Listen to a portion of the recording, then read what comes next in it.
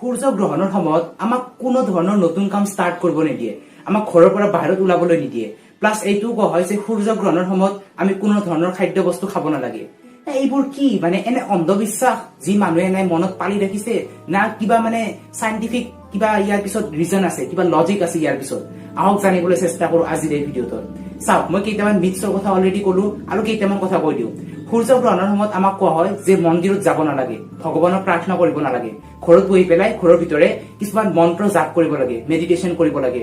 তাৰপিছত বিশেষকে যোনবোৰ প্ৰেগনেন্ট মহিলা, সিহঁতে বাহিৰত ওলাবলৈ মানা কৰে, সিহঁতক কিবা বোলে বেয়া প্ৰভাৱ পৰিব সূৰ্য গ্ৰহণৰ। তাৰপিছত যিমানবোৰ খাদ্য বস্তু বাকী থাকে সেইবোৰ খাই পেলাই শেষ কৰি দিব দিয়ে সূৰ্য গ্ৰহণ হোৱাৰ আগতে। তাৰে পিছত আমাৰ ইণ্ডিয়াত মেইনলি এটা কালচাৰ আছে যে খাদ্য বস্তু যোনখন প্লেটত খাব তাৰে তলত এটা তুলসীৰ পাত ৰাখিবলৈ দিয়ে। তাৰে পিছত সূৰ্য গ্ৰহণ শেষ হোৱাৰ পিছত আমি বোলে গা ধুব লাগে, যাতে সেই বেয়া শক্তিটো আমাৰ পৰা গুচি যায়, আৰু নতুন কাপোৰ পিন্ধিব লাগে। তো মানে কি এইবোৰ বিশ্বাস? কিয় আমাৰ ইণ্ডিয়াৰ কালচাৰত এই বিশ্বাসবোৰ ইমান বেছি? মানুহে এই অন্ধবিশ্বাসবোৰ মনত পালি ৰাখিছে। চাওক, ইয়াৰে এটা যোনটো মেইন কাৰণ, সেইটো আমাৰ হিন্দু ধৰ্মৰ এটা কাহানিৰ লগত জড়িত হৈ আছে।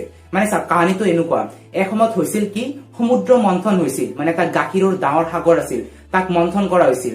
একফালে আছিল গোটেই ভগৱানবোৰ, একফালে আছিল গোটেই ৰাক্ষসবোৰ।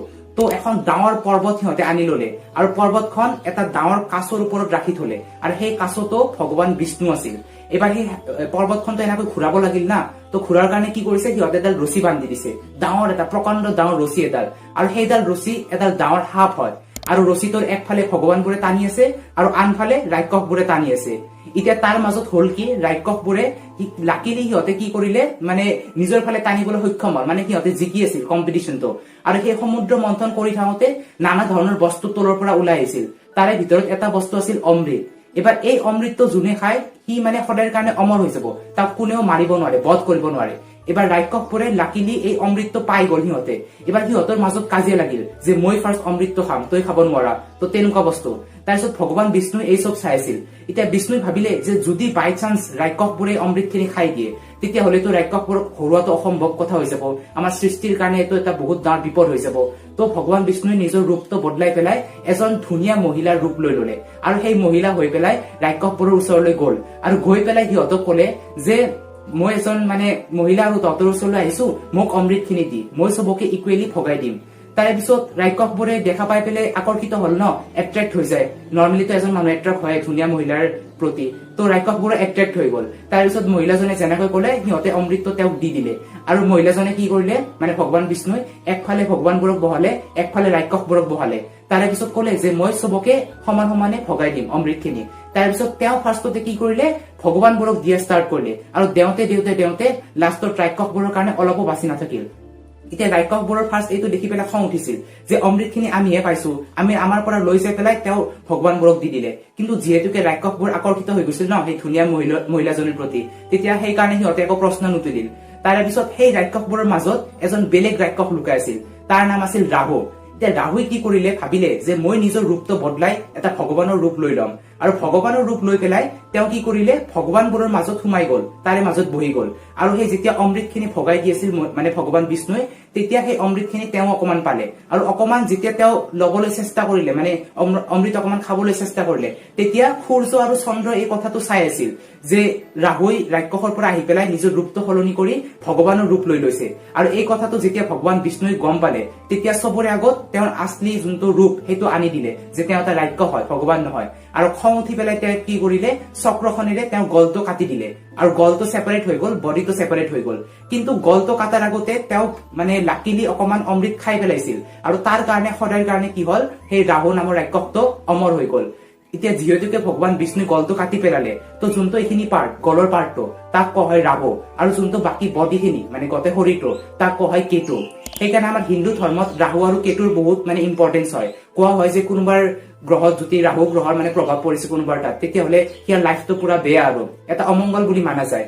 তো এইটোৱে আচলতে মেইন কাহানীটো। আৰু যেতিয়াৰ পৰা ৰাহুৰ এনেকে গলটো কাটি দিলে, তাৰে পিছত ৰাহুৱে নিজৰ বদলা লোৱাৰ কাৰণে সূৰ্য আৰু চন্দ্ৰক খাই পেলাই, সময়ে সময়ে খাই পেলাই সিহঁতক, কাৰণ সূৰ্য আৰু চন্দ্ৰৰ কাৰণে আচলি কথাটো গম পালে ভগৱান বিষ্ণুৱে। তো এইটোৱে কাহানীটো আমাৰ হিন্দু মাইথলজিত, হিন্দু ধৰ্মত। এতিয়া চাওক, চাইন্সে কিন্তু বস্তু অকমান বেলেগ ধৰণে বুজায়, আৰু একদমেই সহজ, আমি চবেই জানো।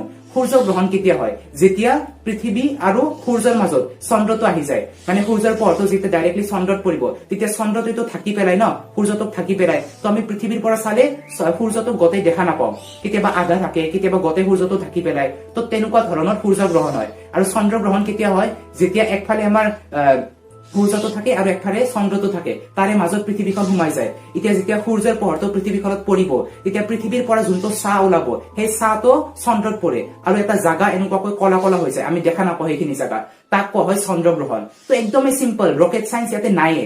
চন্দ্ৰগ্ৰহণ যেতিয়া মানে পৃথিৱীখন মাজত আহে সূৰ্য আৰু চন্দ্ৰৰ, আৰু সূৰ্যগ্ৰহণ হৈছে যেতিয়া চন্দ্ৰটো মাজত আহে পৃথিৱী আৰু সূৰ্যৰ, এইটোৱে চাইন্স। আৰু বিশেষকৈ তেনেকুৱা একো ইম্পেক্ট নকৰে আমাৰ পৃথিৱীত। যেতিয়া সূৰ্য গ্ৰহণ হয় তেতিয়া কি হয়, সূৰ্যৰ পৰা যোনটো ৰশ্মি ওলাব, যোনটো ব্ৰাইটনেছ, সেইটো অকমান কমি যায়, কাৰণ চন্দ্ৰটো মাজত আহি গল, তো পৃথিৱীখনত ডাইৰেক্টলি পোহৰটো নপৰে, তো ব্ৰাইটনেছটো অকমান কমি যায়। আৰু ইয়াৰ প্ৰভাৱ মাত্ৰ সেই গছ গছনিৰ ওপৰত পৰে বেছিকৈ, কাৰণ সিহঁতে সূৰ্যৰ পোহৰটো লৈ পেলাই নিজৰ খাদ্যটো তৈয়াৰ কৰে, ফটোচিনথেসিস যাক কয়। তো তাৰ ওপৰত বেছি প্ৰভাৱ পৰে, অকমান প্ৰভাৱ পৰে, বেছিও নহয়। বাকী আমাৰ মানুহৰ ওপৰত মানে কেনেকৈ প্ৰভাৱ পৰিব পাৰে? তো মই চাইন্সৰ যোনখিনি ফেক্ট খিনি কলো, সেইটো আপোনালোকে ৰিলেট কৰি চাওক, যোনবোৰ মই অন্ধবিশ্বাসৰ কথা কৈছো, যে সূৰ্যৰ পোহৰটো অকমান কমি যায়, তাত আমাৰ খানা খোৱাৰ লগত কি কানেকশ্যন আছে, তাত বাহিৰত ওলাই যোৱাৰ লগত কি কানেকশ্যন আছে, প্ৰেগনেন্ট মহিলা এজনীৰ লগত কি কানেকশ্যন আছে। মানে চাওক, মই এইটো কোৱা নাই যে আমাৰ মানে বিশ্বাসবোৰ ভুল বা চাইন্স বিজ্ঞানে যি কৈছে সেইটোৱে শুদ্ধ। এইটো আপোনালোকৰ ওপৰত ডিপেণ্ড কৰে যে কোনটো আপুনি শুদ্ধ বুলি ভাবে। মই ফেক্টবোৰ কলো, এতিয়া ৰিলেশ্যন আপোনালোকে নিজে বাছি উলিয়াওক। এতিয়া চাওক, কিন্তু এই চবৰ ভিতৰত এটা মানে সঁচা কথা হৈছে, সেইটো হৈছে যে সূৰ্যগ্ৰহণটো আমি ডাইৰেক্টলি খালী চকুৰে কেতিয়াও চাব নালাগে। কাৰণ নৰ্মেলি কি হয়, যেতিয়া দুপৰীয়াৰ সময় হয় বা যেতিয়া সূৰ্যটো বহুত বেছি ব্ৰাইটনেছটো বাঢ়ি যায়, তেতিয়া যদি আমি ডাইৰেক্টলি সূৰ্যটোত চাওঁ, তেতিয়াহ'লে সূৰ্যৰ পৰা যোনটো ইউভি ৰেজ আহে, আল্ট্ৰা ভাইলেট ৰেডিয়েশ্যন, সেইটো আমাৰ ডাইৰেক্টলি চকুত সোমাই যায়। আৰু চকুত এটা লেন্স থাকে যাক কোৱা হয় ক্ৰিষ্টেলাইন লেন্স। সেই লেন্সটোৱে কি কৰে, এনেকুৱাকৈ সূৰ্যৰ পোহৰখিনি ইয়াৰ পৰা আহিলে তো ফকাছ কৰি পেলাই আমাৰ ৰেটিনাত পেলাই দিব। চকুৰ ভিতৰে ৰেটিনা থাকে, যাৰ কাৰণে আমি দেখা পাওঁ।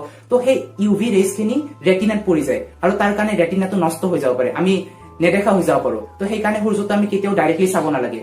কিন্তু সূৰ্যগ্ৰহণৰ সময়ত কি হয়, এই যোনটো নেচাৰেল ফেনমেনা যে সূৰ্যৰ পৰা ইমান ব্ৰাইটনেছ ওলায়, সেইটো অকমান কমি যায়। মই অলৰেডি কলো কিয় কমে, কাৰণ চন্দ্ৰটো মাজত আহি যায়, তো সূৰ্যৰ ব্ৰাইটনেছটো অকমান কমি যায়। তো আমাৰ চকুটোৱে মানে যোনটো নেচাৰেল এটা মেকানিজিম আছে যে বেছি পোহৰত চালে আমাৰ চকুটো জাপ খাই যায়, তো সেইটো আমাৰ চকুটোৱে পাহৰি যায় যে ব্ৰাইটনেছটো বেছি ওলোৱা নাই, তো আমাৰ চকুটো জাপ নাখায়। জাপ নাখালে কি হব, সূৰ্যৰ পৰা যোনটো ইউভি ৰেজ ওলাব, অকমান হলেও যোনটো আল্ট্ৰা ভাইলেট ৰেডিয়েশ্যন ওলাব, সেইটো আমাৰ চকুত সোমাই পেলাই ডাইৰেক্টলি ৰেটিনাত পৰিব পাৰে, আৰু ৰেটিনাটো আমাৰ নষ্ট কৰি দিব পাৰে। সেইকাৰণে এইটো এডভাইচ দিয়া হয় যে সূৰ্যগ্ৰহণ চাবৰ কাৰণে আমি অকমান বেলেগ ধৰণৰ চশমা পিন্ধিব লাগে, স্পেচিয়েল গ্লাছ কিছুমান পিন্ধিব লাগে, যৰ পৰা আমি সূৰ্যগ্ৰহণটো পুৰা সেফলি চাব পাৰো।